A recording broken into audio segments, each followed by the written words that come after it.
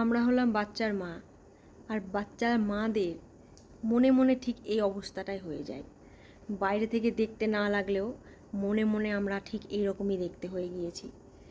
কারণ আমরা বাচ্চাদের সিকিউরিটি গার্ড, মানে বিভিন্ন প্রফেশনের সাথে আমরা যুক্ত হয়ে গিয়েছি বর্তমানে। মানে আমরা হলাম সিকিউরিটি গার্ড হতে হতে আজ আমাদের এই অবস্থা, দেখতেই পাচ্ছ তোমরা। তারপরে হচ্ছে আমরা হলাম বাচ্চার কেয়ারটেকার, হেয়ার ড্রেসার, আয়া, তারপরে হচ্ছে শেফ, রান্নাবান্না করে খাওয়ানোর দায়িত্ব আমাদের।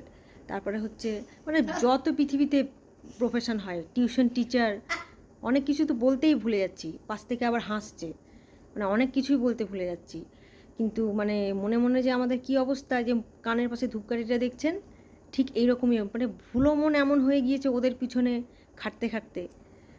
ঠিক এরকমই আমাদের কিন্তু ভিতর ভিতর এই অবস্থা, বাইরে থেকে দেখলে বোঝা যাবে না, কি আর বলবো, হাসি পায়।